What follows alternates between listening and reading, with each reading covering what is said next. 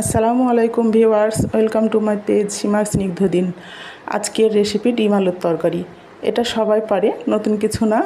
তবে আমার এই রেসিপিটি তাদের জন্য, বিশেষ করে যারা তোমরা স্টুডেন্ট আছো, একা থাকো, নতুন যারা তোমরা রাঁধুনি, নতুন রান্না করছো।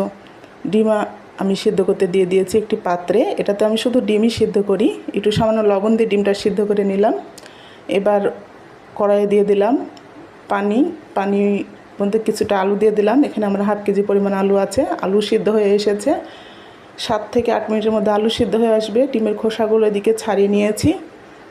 ছাড়িয়ে নিয়ে আমি ডিমগুলো এই খুন্তি দিয়ে একটু ফেলে দিচ্ছি।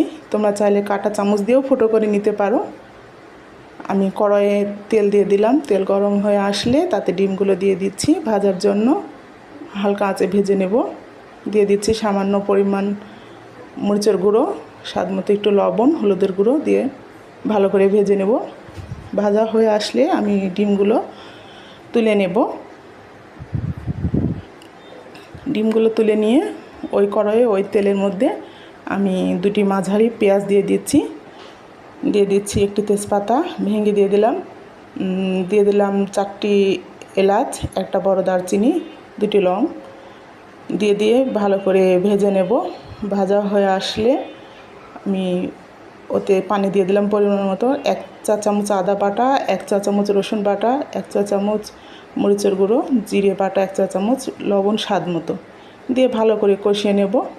কষানো হয়ে আসলে আমি তাতে দিয়ে দিব আলু, সেদ্ধ করে রাখা আলু। আমি আলাদা ক্রাশ করে রেখে দিয়েছি, কিন্তু আমি আলুর সাথে যে পানিটা ওটা ফেলবো না, ওটা আমি একসাথে দিয়ে দেব। দিয়ে গ্রেভি ঘন হয়ে আসলে তাতে আমি দিয়ে দিচ্ছি ডিমগুলো। ডিম দেওয়ার পর আমি আরও কিছুক্ষণ এটা নাড়াচাড়া করে নেব, ঢাকা খুলে, যেন ডিমটা লেগে না যায়, পুড়ে না যায় নিচে দিয়ে। তো বেশ তৈরি হয়ে গেল আমার ডিম আলুর তরকারি। ভিডিওটি আপনাদের ভালো লেগে থাকলে আমাকে ফলো এবং সাবস্ক্রাইব করুন। আল্লাহ হাফেজ।